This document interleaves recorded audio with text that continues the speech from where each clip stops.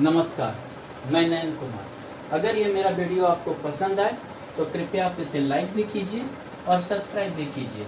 बहुत सारे ऐसे मेरे मित्र हैं जो ज्योतिष को सीखना चाहते हैं और वो उनकी ये डिमांड है यानी प्रार्थना है कि कृपया आप हमें इस चीज़ को समझाइए। चलिए आज हम सरलता पूर्वक ज्योतिष सीखे के नाम से भाग 1 भाग 2 इस प्रकार से बनाएंगे और आपको समझाएंगे कि किस प्रकार हम ज्योतिष को जानें। सबसे पहले हम इस 12 घर को समझते हैं जो इस 12 घर में ही हमारा भाग्य को देखा जाता है। ऐसा क्यों, इस चीज़ को हम जानेंगे। सबसे पहली बात हम आते हैं लग्नेश यानी पहला घर। लग्नेश से हम किसी भी व्यक्ति का शारीरिक प्रारूप को समझते हैं और जो है शारीरिक स्थिति और मानसिक स्थिति को समझते हैं। कोई भी बच्चा जब जन्म लेता है, जब वो वातावरण में आ जाता है इस सांसारिक वातावरण में, तो यहाँ से ही हम जानते हैं कि वो बच्चा काला है, गोरा है, लंबा होगा या उसकी मानसिक स्थिति किस प्रकार से होगी। दूसरी बात है कि वो अपने भाई बहन में कितना वो गोरा है या कितना संस्कारी है। अगर लग्न में गुरु बैठा हो तो व्यक्ति संस्कारी होता है, पूजा पाठ धार्मिक प्रवृत्ति का माना जाता है। अगर शनि हो तो थोड़ा आलसी प्रवृत्ति का माना जाता है और नास्तिकता रहती है। हालांकि शनि यहाँ अगर ससयोग बनाता हो तो गंभीरता ज़्यादा रहती है और काफ़ी प्रगति भी करता है। कुंभ का हो या मकर का हो या आप मान लीजिए कि तुला का हो। अगर ऐसे भी बोला जाता है अगर लग्नेश किसी का बलवान है तो वह 50% समस्या सॉल्व खुद हो जाती है, चाहे लग्नेश लग्न में हो या लग्नेश लग्नेश से दृष्ट हो तो खुद व खुद, क्योंकि वो खुद व खुद इतना मानसिक स्थिति से बलवान होता है कि हर समस्या को झेल ले। चलिए, जन्म लेने के बाद बच्चे का जब आंख खुलता है वो द्वितीय भाव भी चला जाता है। यानी इसको आप धन भाव से मत समझिए, इसको आप संचय भाव समझिए। पारिवारिक संचय को समझिए, दोस्त के संचय को समझिए, स्वाद भाव से जानिए, इससे आप वाणी का भाव जानिए।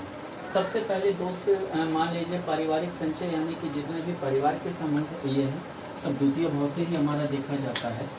दूसरी बात होती है कि हमारा दोस्त वगैरह जो भी है वो द्वितीय भाव से देखा जाता है, मित्र। और वाणी का भाव यानी कि हम मीठा बोलते हैं या हमारा कटाक्ष है या हम जो है राजनीतिज्ञ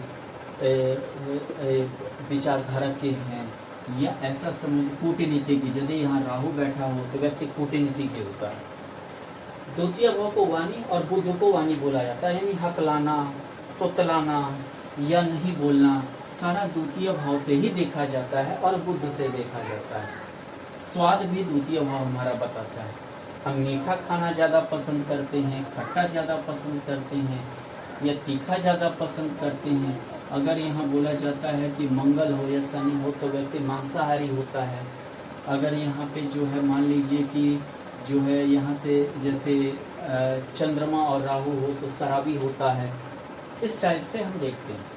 अगर उसके बाद देखिए जब हम दूध पी लेते हैं यानी कि यहाँ पे स्वाद भाव यानी हम खाना पीना खा लें तो क्या होता है बच्चे में पराक्रम आ जाता है, हम चले जाते हैं तृतीय भाव में, यानी ये हमारा हो जाता है प्राक्रमेश।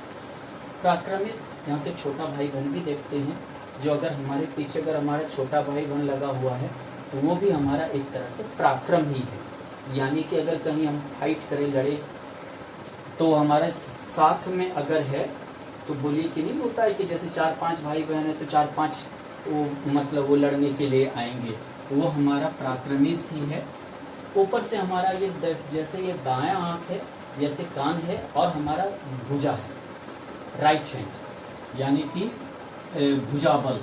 यहीं से हम अपने भुजाबल पे कुछ करें, भुजाबल पे कुछ प्राप्ति करें और मतलब कि अपने बाहुबल पे समझिए कि जो है अर्जित करने का योग ये तृतीय भाव ही बताता है। ऐसे भी बोला जाता है तृतीयेश और दशमेश अगर एक साथ रहे तो व्यक्ति जो है अपने बाहुबल या भुजाबल पे बहुत कुछ अर्जन करने की क्षमता को रखता है। चलिए, जब हम भुजाबल से हम फिर चले आते हैं चतुर्थेश यानी भुजाबल जैसे क्या होता है कि जैसे हमारा अचल संपत्ति हो गया, अचल संपत्ति और जैसे गाड़ी घोड़ा धन दौलत चल अचल संपत्ति जितना भी है चतुर्थ भाव से ही देखते हैं। यहाँ जनता का भी प्रतिनिधित्व करता है, अगर राजनीतिक परिवेश में है तो जनता यहीं से देखा जाता है, जमीन जायदाद यहाँ से देखा जाता है।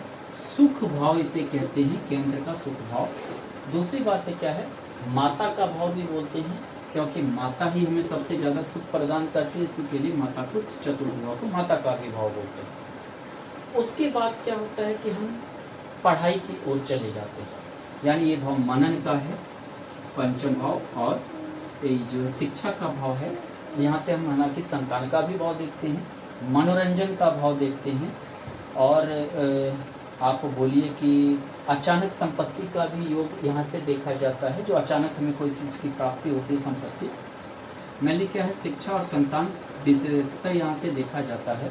दूसरी बात क्या है, त्रिकोण से त्रिकोण, यानी लग्न से पंचम, और यहाँ से देखिए तो 1 2 3 4 5 ये त्रिकोण, ऐसे आप देखिए तो ये त्रिकोणीस यानी त्रिकोण का भाव है, यानी यहाँ से प्रारब्ध भी देखते हैं। आप सुने होंगे किसी किसी का कि वो जरूर पिछले जन्म में कुछ पुण्य क्या होगा जो इस चीज़ की से प्राप्ति हुई, ये चीज़ हम पंचम भाव से देखते हैं। जब हम शिक्षा प्राप्त कर लेते हैं तो जाहिर सा बात है कि हम फिर संघर्ष की ओर उतरेंगे, फिर हमारा मित्र बनेगा, शत्रु बनेगा, हर कोई बनेगा। षष्ठ भाव हमारा संघर्ष का भाव होता है, यहाँ से हम संघर्ष देखते हैं, दुख का देखते हैं, ऊपर से जो है कष्ट देखते हैं, शत्रु भाव देखते हैं। हमारा शारीरिक शत्रु हमारा रोग होता है, अगर हम यहाँ पे बोला जाता है गुरु हो तो विद्वान शत्रु आपका कोई होगा, मानसिक हानि आपको वो पहुँचा सकता है। चंद्रमा हो तो मानसिक आपका दुश्मन कोई पैदा करेगा, मंगल हो तो हो सकता है कि शारीरिक यानी डंडा लेके आपके सामने खड़ा हो सकता है।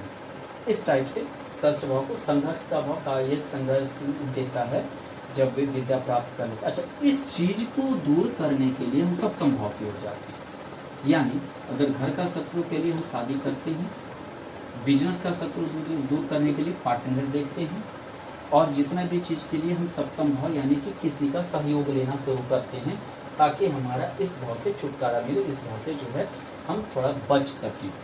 इसको सिर्फ आप पत्नी के भाव से मत देखिए, इसे आप देखिए कि बिजनेस पार्टनर, घर का पार्टनर या और जितना भी चीज़ें सभी हमें सप्तम भाव ही बताता है।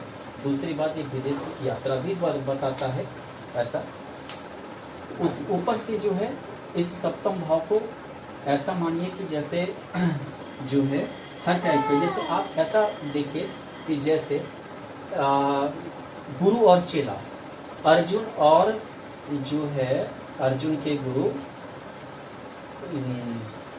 जो थे, अर्जुन और अर्जुन के जो गुरु थे, अब गुरु और चेला का प्रेम, तो वो भी आप सप्तम भाव से ही देख सकते हैं। द्रोणाचार्य, अर्जुन के गुरु द्रोणाचार्य, तो ऐसे सप्तम भाव से जैसे गुरु चेला का प्रेम, वो भी आप सप्तम भाव से ही देखेगा। कोई जरूरी नहीं है कि वो पति और पत्नी का ही प्रेम को दर्शाए। अगर हम सप्तम भाव के बाद हम अष्टम में इसे आयु का भाव कहते हैं। दूसरी बात, इसे गुप्त भाव मैंने आप मान के चलिए। आप देखिए आयु भी हमारा एक गुप्त है, ये कोई नहीं जानता है ये कौन कब जन्म लिया है तो कब मरेगा। दूसरी बात क्या है, अष्टम भाव को हम गुप्त भाव कहते हैं, यहाँ से गुप्त विद्या देखते हैं। और अच्छा ज्योतिषी बनने का योग पंचम और अष्टम का एक साथ होना, या मतलब कि एक साथ कहीं केंद्र भाव या दृष्ट होना, तो अच्छा ज्योतिषी का योग बनाता है, क्योंकि ये गुप्त भाव है। तंत्र विद्या हो गया, जो भी चीज़ है ये हमारा जितने भी गुप्त धन हो गया, या आप समझिए कि वसीयत हो गया।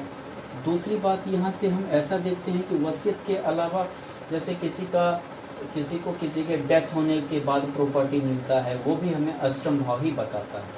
उसके बाद चले जाते हैं भाग्य पे। यहाँ से हमारा भाग्य, अध्यात्म, जितने भी चीज़ें यहाँ से स्टार्ट हो जाता है। हालांकि अगर हम नॉर्थ इंडिया यानी उत्तर भारत की ओर जाएं तो इसे पिता का भाव कहते हैं, जबकि दक्षिण भारत में दसम भाव को पिता का भाव कहते हैं। अब चलिए इसे पिता का भी भाव मानते हैं नॉर्थ भारत में, और इसे धार्मिक परिदृश्य से देखा जाता है, व्यक्ति कितना धार्मिक हो। उच्च विद्या भी देखा जाता है, पंचम से पंचम, यानी आप पीएचडी कर रहे हैं, एमएससी कर रहे हैं, बहुत ज़्यादा उच्च विद्या की ओर अगर जाइएगा तो आपको नवम भाव देखना पड़ेगा। अगर हम नवम भाव के बाद हम चले जाते हैं कर्म की ओर। कर्म यानी राजेश, कर्मिस, हम किस प्रकार से कर्म करेंगे। यानी कि अगर यहाँ मान लीजिए गुरु बैठा हो तो आप शिक्षा की ओर मतलब कि शिक्षक बन सकते हैं, शिक्षा से संबंधी किताब कॉपी का बिजनेस कर सकते हैं, कैसे धार्मिक परिदृश्य का ये कर सकते हैं। चंद्रमा हो तो पानी संबंधी फल फ्रूट जो है, फल है, सब्जी है, मछली है, या आप समझिए कि दूध है, ये सब का व्यापार कर सकते हैं। दूसरी बात क्या है, दसम भाव और षष्ठ भाव हमें सरकारी नौकरी की ओर ले जाता है, और उसके साथ साथ सूर्य का भी अच्छा होना माना जाता है, क्योंकि सूर्य ग्रह का राजा है और राजा ही राजा के पास यानी सरकार के पास ले जाता है। दसम कर्म करने के बाद जाहिर सा बात है हम लाभ खोजेंगे, जो एकादश भाव हो जाता है, यानी लाभ भाव, महत्वाकांक्षा का भाव, इच्छा का भाव। हमारा सारा महत्वाकांक्षा इच्छा एकादश भाव ही पूर्ण करता है। दूसरी बात क्या है कि यहाँ से अगर गहराई से देखें तो आपको ये लगेगा कि जैसे हमारा नाती पोता फलना जो भी है वो भी एक लाभ ही है, यानी लाभ यानी हर तरह का लाभ समझिए, सिर्फ एक पैसे कौड़ी का नहीं, घर द्वार परिवार हर चीज़ का लाभ महत्वाकांक्षा की पूर्ति एकादश भाव दर्शाता है। उसी प्रकार एकादश के बाद हमारा आ जाता है द्वादश, यानी हर प्रकार की हानि, यानी हर प्रकार की हानि, यानी एक चीज़ ऐसा समझ लीजिए, अगर किसी की डेथ भी होगी, अष्टम भाव तो सिर्फ एक तरीका बताता है कि किस प्रकार से मृत्यु होगी, लेकिन जब तक द्वादश का जो है अंतरदशा प्रत्यर्पण दशा या कुछ नहीं चलेगा तब तक उसकी मृत्यु हो ही नहीं सकती, क्योंकि लग्नेश से ये द्वादश है, यानी प्राण तभी जाएगा जब द्वादश ये होगा, यानी कि हर चीज़ का प्राण का भी व्यय। दूसरी बात क्या है कि यहाँ से देखिए मोक्ष भी जाना जाता है, जेल भी जाना जाता है, एकांतवास भी, जेल भी हमारा एकांतवास है।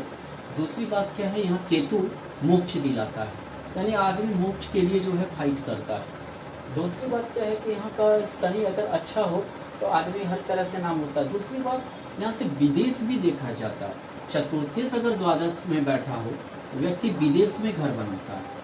पंचमेश अगर द्वादश में बैठा हो तो व्यक्ति विदेश पढ़ने के लिए जाता है। सप्तमेश अगर द्वादश बैठा हो तो व्यक्ति की शादी किसी मतलब कि अगर उच्च का हो तो यानी कि व्यक्ति का जो शादी होगा वो पत्नी ज़्यादा मतलब कि नामी होगी। दूसरी बात क्या है कि अगर भाग्येश बैठा हो यानी इसका भाग्योदय कहीं और होगा। अगर दशमेश, हाँ दशमेश अगर यहाँ हो तो व्यक्ति कमाने के लिए बाहर जाएगा, यानी उसका कमाने के लिए जो है वो बाहर की ओर जाएगा।